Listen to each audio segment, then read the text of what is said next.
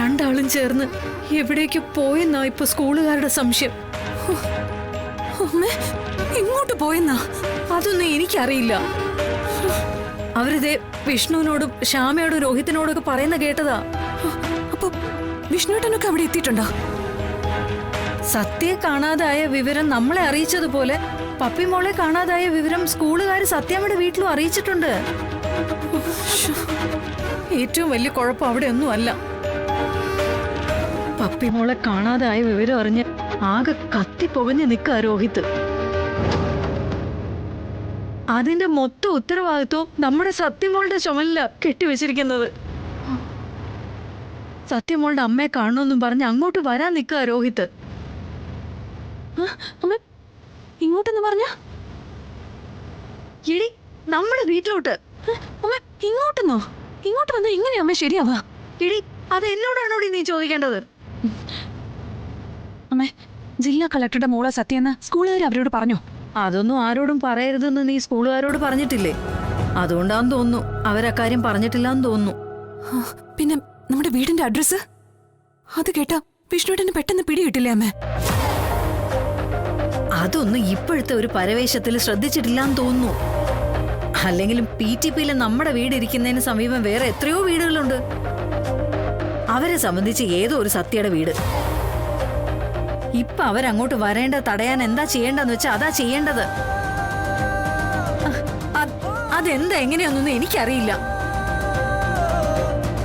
അല്ലെങ്കിൽ ഇത്രയും നാള് നമ്മൾ ചെയ്തതെല്ലാം വെറുതെ ആവും.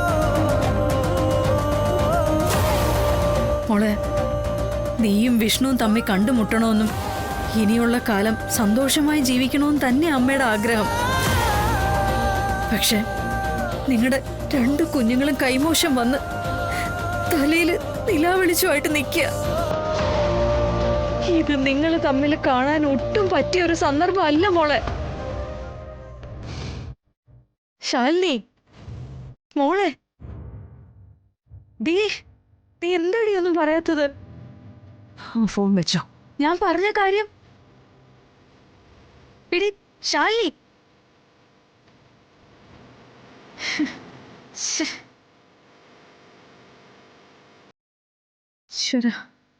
ഞാൻ പറഞ്ഞത് അവക്ക് മനസ്സിലായോ എന്റെ ദേവി?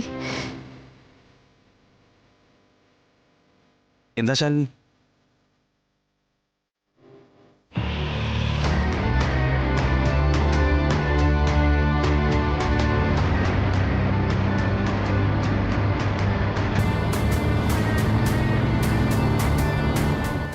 മാഡം പറഞ്ഞതെല്ലാം സമ്മതിച്ചു. സ്കൂൾ ഗേറ്റിനുള്ളിൽ നിന്നാണല്ലോ രണ്ടുപേരെയും കാണാതായത്. അതെ, പക്ഷേ അപ്പൊ ക്ലാസ് തുടങ്ങിയിരുന്നില്ല. അത് നിങ്ങൾക്ക് രക്ഷപ്പെടാനും ഉത്തരവാദിത്തത്തിൽ നിന്ന് ഒഴിഞ്ഞു മാറാനുമുള്ള ന്യായീകരണമല്ലേ? ഇവിടെ സ്കൂളിലെ ടീച്ചേഴ്സും സെക്യൂരിറ്റി ജീവനക്കാരും എല്ലാവരും ഉണ്ടായിരുന്നു. കുട്ടികളെ എത്തി തുടങ്ങിയിരുന്നു. നിങ്ങളെ വിശ്വസിച്ചാണ് മാതാപിതാക്കൾ കുട്ടികളെ സ്കൂളിലേക്ക് അയക്കുന്നത്. ഞങ്ങൾ ഉത്തരവാദിത്വത്തിൽ നിന്ന് ഒഴിഞ്ഞു മാറാൻ ശ്രമിക്കുന്നില്ല. കാര്യങ്ങള് കൂട്ടായി നമുക്ക് ആലോചിക്കാന്നാ പറഞ്ഞത്. മാഡം, അത് ശ്യാമ അവര് പറയുന്ന ഒന്നും കേൾക്കാനാവില്ല വിഷ്ണുവേട്ടാ. പപ്പിയെ സ്കൂളിൽ കൊണ്ടാക്കിയിട്ടാ രോഹിത് മടങ്ങിയത്. അതും ആ ഗേറ്റിനുള്ളില്. അതിൽ കൂടുതൽ എന്താ പാരന്റ്സ് ചെയ്യേണ്ടത്? സ്കൂൾ സമയം തീരുന്നത് വരെ കാവലിരിക്കണോ? പിന്നെ എന്തിനാ ഈ ടീച്ചേഴ്സും സെക്യൂരിറ്റി ജീവനക്കാരൊക്കെ? പിന്നെ എന്തിനാ ഇവർ ചോദിക്കുന്ന ഫീസ് കൊടുത്ത് കുട്ടികളെ സ്കൂളിലേക്ക് അയക്കുന്നേ? മാഡം, കിഡ്നാപ്പിംഗ് ഒന്നുമല്ല നടന്നിരിക്കുന്നതെന്ന് ഞങ്ങൾക്ക് ഉറപ്പുണ്ട്. പുറത്തുനിന്നുള്ളവരാരും സ്കൂൾ വളപ്പിനുള്ളിൽ കടന്നിട്ടുമില്ല.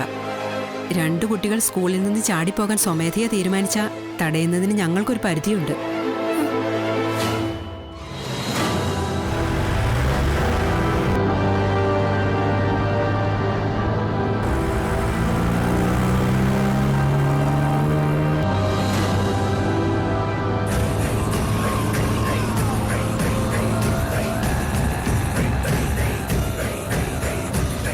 സെക്യൂരിറ്റി ജീവനക്കാരൻ പറയുന്നതനുസരിച്ച് സത്യഭാമ എന്ന കുട്ടിയാ ആദ്യം ഈ സ്കൂളിലെത്തിയത്.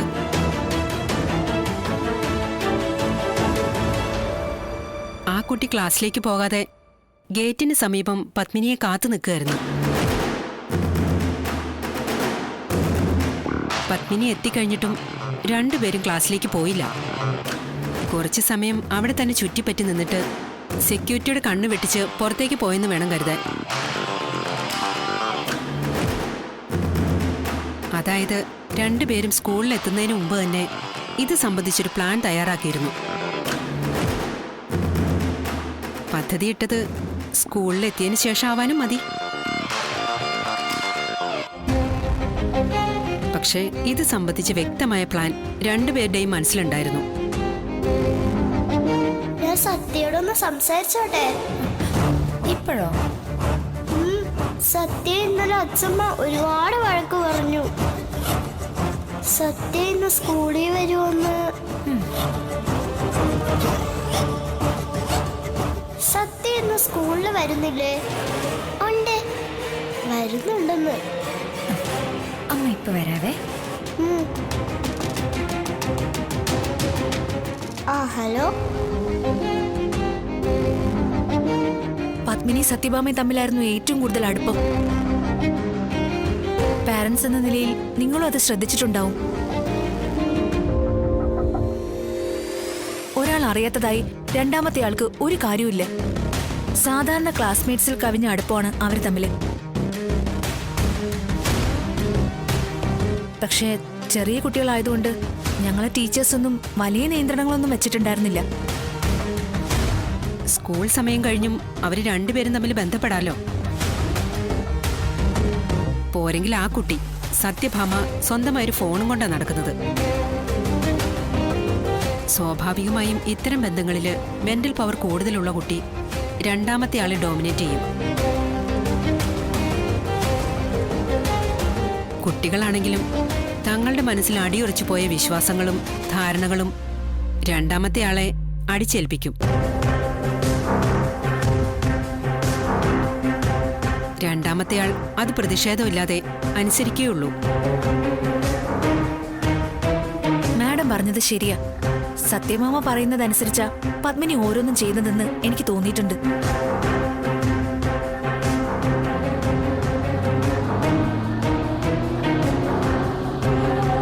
ആരെയും പേരെടുത്തൊന്നും പരാമർശിക്കണ്ട മിസ്. ശരി, മതി. വാ, രോഹിത് വരാനാ പറഞ്ഞത്.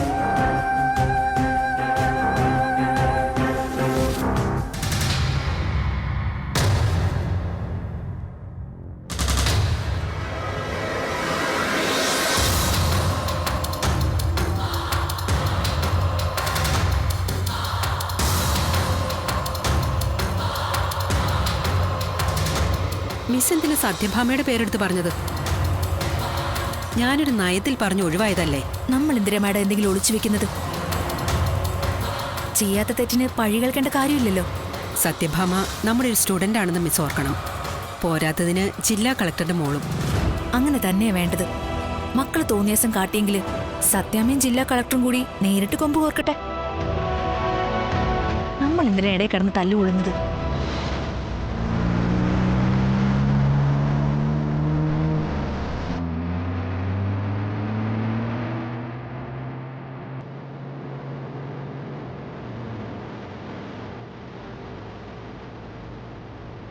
ടിക്കറ്റ്.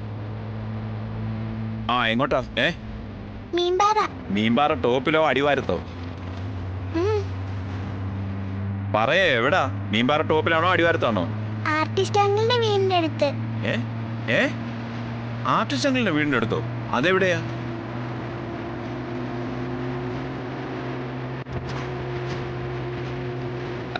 അതൊക്കെ ടോപ്പിലാ കണ്ടക്ടറെ.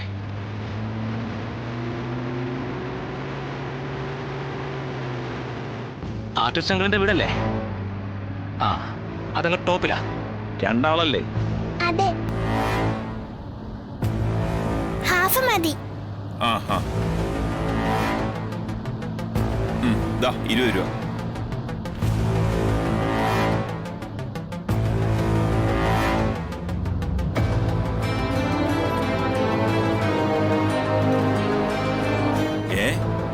$500 രൂപ ചില്ലറയില്ലേ? ഇല്ല. ആ, ടോപ്പിൽ ചെല്ലുമ്പോഴത്തെ ബാലൻസ് തരാം. അതങ്ങ് കൊടുത്തേക്കണേ കണ്ടക്ടറെ. പിള്ളേരെ പറ്റിക്കരുത്. അതൊക്കെ ഞാൻ നോക്കിക്കോളാം. ഇയാളുടെ കാര്യം നോക്കിയാൽ മതി. ആ, ഞാൻ പറഞ്ഞതേ ഉള്ളൂ. ആ, ഇയാളെങ്ങോട്ടാ? മീൻപാറ. ടോപ്പിലോ അടിവാരത്തോ?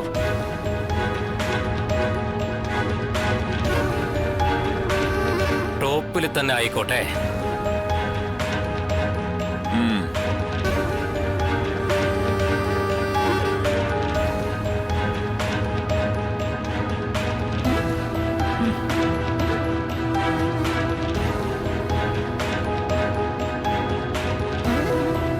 ആ, ടിക്കറ്റ് എടുക്കാൻ ആരെങ്കിലും ഉണ്ടോ?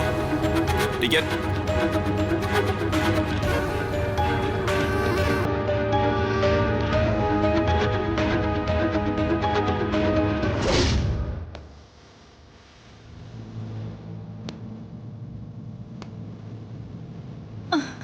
രോഹിത്തെ, ഇനിയിപ്പോ എന്താ ചെയ്യണ്ടേ? വാ, എനിക്കറിയാം എന്താ ചെയ്യേണ്ടത്. ഒന്ന് വാ ശ്യാമേ.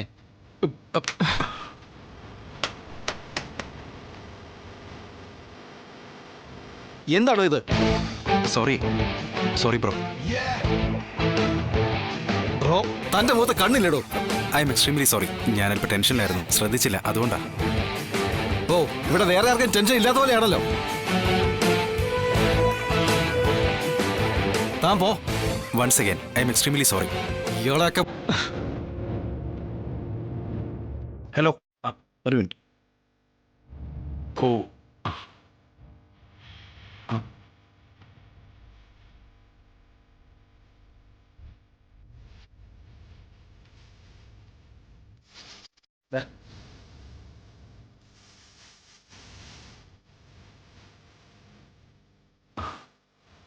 താങ്ക്സ്.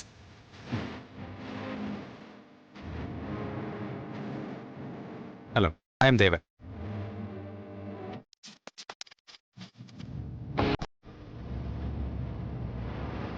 വിഷ്ണു.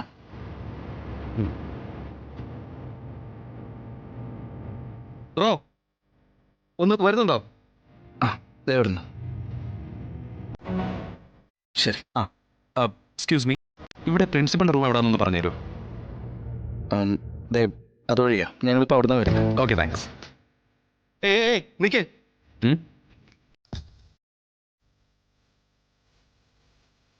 തന്നെന്താ ചോദിച്ചേ? പ്രിൻസിപ്പളിന്റെ റൂം. ഇയാൾ എങ്ങോട്ട് പോകുന്നതാ പറഞ്ഞെന്ന്. പ്രിൻസിപ്പളിനെ കാണാൻ. നമുക്ക് പോവാം, വാ. നിക്കേ. ഇയാളെന്താ പ്രിൻസിപ്പലിനെ കാണുന്നത്? ബ്രോ, നിങ്ങളുടെ ശരീരത്തിൽ അബദ്ധത്തിലൊന്ന് കൂട്ടിയിടിച്ചു എന്നുള്ളത് ഒഴിവാക്കിയാ നമ്മൾ തമ്മിൽ യാതൊരുവിധ ബന്ധമോ മുൻപരിചയമോ ഇല്ല. അതുകൊണ്ട് നിങ്ങളുടെ ചോദ്യങ്ങൾക്ക് മറുപടി നൽകേണ്ട ബാധ്യത എനിക്കില്ല. എന്നാലും ഒരു സാമാന്യ മര്യാദയുടെ പേരിൽ മാത്രം ഞാൻ മറുപടി പറയാം. പ്രിൻസിപ്പളിനെ വിളിപ്പിച്ചിട്ടാ ഞാൻ വരുന്നത്. എടാ, നീ വന്നേ, നമുക്ക് പോവാം, സമയം കളയണ്ട. ഡോ, നീ വന്നേ. എടാ, സത്യഭാമയുടെ ഫാദറല്ല നിങ്ങൾ?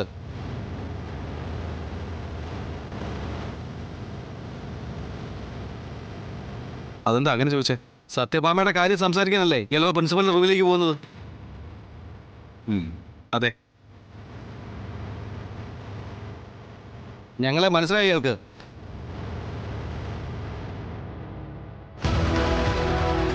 ഇയാളുടെ മോള് സ്കൂളിൽ നിന്ന് ചാടിച്ചുകൊണ്ടുപോയ കുട്ടിയില്ലേ, പത്മിനി, അവളുടെ അച്ഛനമ്മമാരാ ഞങ്ങള്.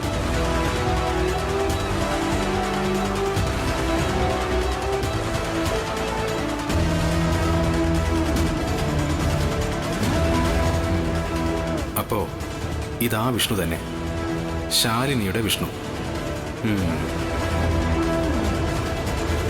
ഇയാളെ കാണാനാ ഞങ്ങളങ്ങോട്ട് വരാൻ തുടങ്ങിയത്. എന്നെ കാണാനോ? ആ, ഇയാളെ തന്നെ.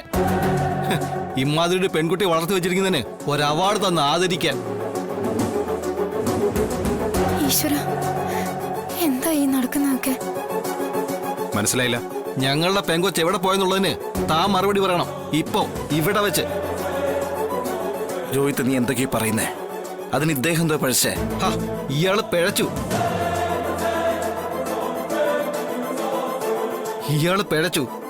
ഇയാളെ പിഴച്ചിട്ടുള്ളൂ.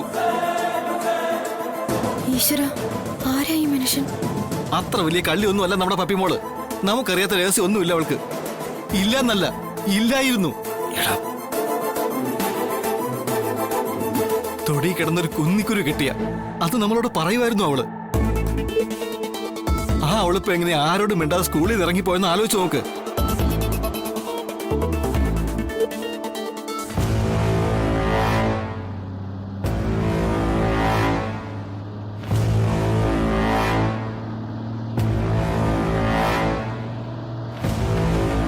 പുതിയ ബന്ധങ്ങള്, പുതിയ കൂട്ടുകെട്ടുകള്, അതും സ്കൂളിൽ നിന്ന് തുടങ്ങിയത്. അതിന് വളം വെച്ചു കൊടുത്തതാ നമ്മൾ ചെയ്ത തെറ്റ്. ആ ബന്ധങ്ങളിൽ നിന്നാ പപ്പിക്ക് നിരക്കിലുള്ള ധൈര്യം കിട്ടിയത്. അതെങ്ങനെയാ വീട്ടിൽ പോലും കയറി നിരങ്ങല്ലായിരുന്നോ? തന്തയാരും തള്ളയാരെന്ന് അറിയാത്ത തെമ്മാടി പിള്ളേര്. രോഹിത്തെ, വേഷഭൂഷാദികളും സമൂഹത്തിലെ സ്റ്റാൻഡേർഡും ഒക്കെ നോക്കി ആൾക്കാരെ അളക്കരുത് ശ്യാമേ. ഒരാളുടെ ഉയരം അളക്കേണ്ടത് മറ്റ് ചില മാനദണ്ഡങ്ങൾ വെച്ച. 1ാം ക്ലാസ്സിൽ എത്തിയതേ ഉള്ളൂ ഇയാളുടെ മകള്. കൂടെ പഠിക്കുന്ന ഒരു കുട്ടിയെ കൊണ്ട് ഇപ്പോഴേ ഒരു ഒളിച്ചോട്ടം നടത്താൻ കെൽപ്പുണ്ടെങ്കിൽ ഒരു 10ഓ 15ഓ വർഷം കഴിയുമ്പോഴുള്ള അവസ്ഥ എന്താണെന്നൊന്ന് ആലോചിച്ച് നോക്കി. കുറച്ച് മുമ്പ് വരെ ആ കുട്ടിയോട്, സത്യഭാമയോട് എനിക്ക് ദേഷ്യം ഉണ്ടായിരുന്നു. ഇയാളെ കണ്ടതോടെ എനിക്ക് പൂർണ്ണമായിട്ട് അതങ്ങോട്ട് മാറി.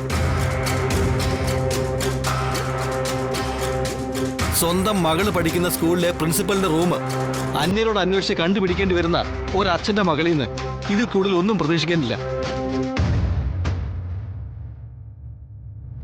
തെറ്റാ കുട്ടിയുടേതല്ല. എടോ, മക്കളെ ജനിപ്പിച്ച മാത്രം പോരാ, സമ്പത്തും സുഖസൗകര്യങ്ങളും നൽകി അവരെ വളർത്തുന്നത് കൊണ്ടും ഒന്നും ആയില്ല. ഒരിറ്റ് സ്നേഹവും വാത്സല്യം കൂടി അതിൻ്റെ കൂടെ കൊടുക്കണം. ബ്രോ, വേണ്ട, ഇയാളൊന്നും സംസാരിക്കണ്ട. സംസാരിക്കാനുള്ള അവകാശമില്ല ഇയാൾക്ക്. ഇപ്പൊ എല്ലാം വ്യക്തമായിട്ട് ഓർത്തെടുക്കുന്നുണ്ട് ഞാൻ. വിദേശം എവിടെയല്ലോ ഇയാൾക്ക് ജോലി.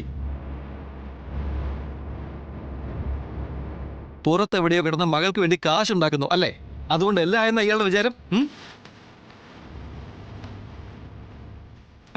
ഞാൻ ഓർക്കുന്നുണ്ട് ഞങ്ങളുടെ ഹോട്ടലിലെ വാർഷികത്തിന് ഇയാളുടെ മോള് സംസാരിച്ചത്.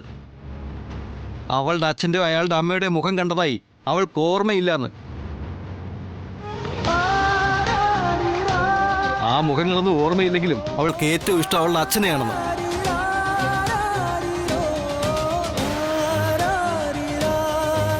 ആ അച്ഛൻ ഭക്ഷണം കൊടുക്കുന്നത്, കഥ പറഞ്ഞു കൊടുക്കുന്നതും കൂടെ കിടത്തി ഉറക്കുന്നതും ഒക്കെ അവൾക്ക് ഏറ്റവും ഇഷ്ടമെന്ന്. അത്രയ്ക്ക് ഇഷ്ടമായിരുന്നല്ലോ അവൾക്ക് തന്നോട്. സ്വന്തം സ്വാർത്ഥ താല്പര്യങ്ങൾക്ക് വേണ്ടി അന്യനാട്ടിൽ അലഞ്ഞു തിരിയുമ്പോ താൻ അതൊക്കെ തിരിച്ചറിഞ്ഞോ?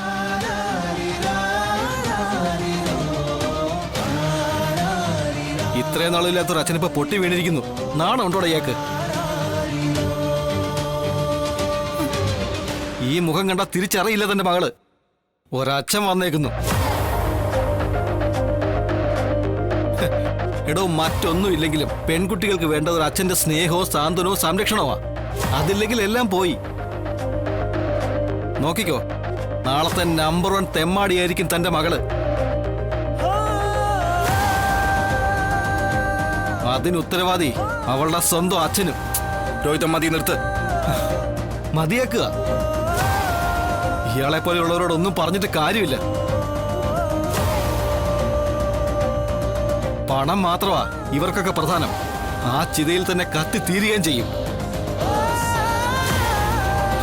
അതെന്തോ ആയിക്കോട്ടെ, ഞങ്ങളുടെ കുട്ടി അങ്ങ് വെറുതെ വിട്ടേക്കാൻ പറയണം ഇയാളുടെ മോളോട്. തന്റെ മകളെ പോലെ അല്ലല്ലോ എന്റെ മോള്. എന്റെ സ്വന്തം ചോരയാ.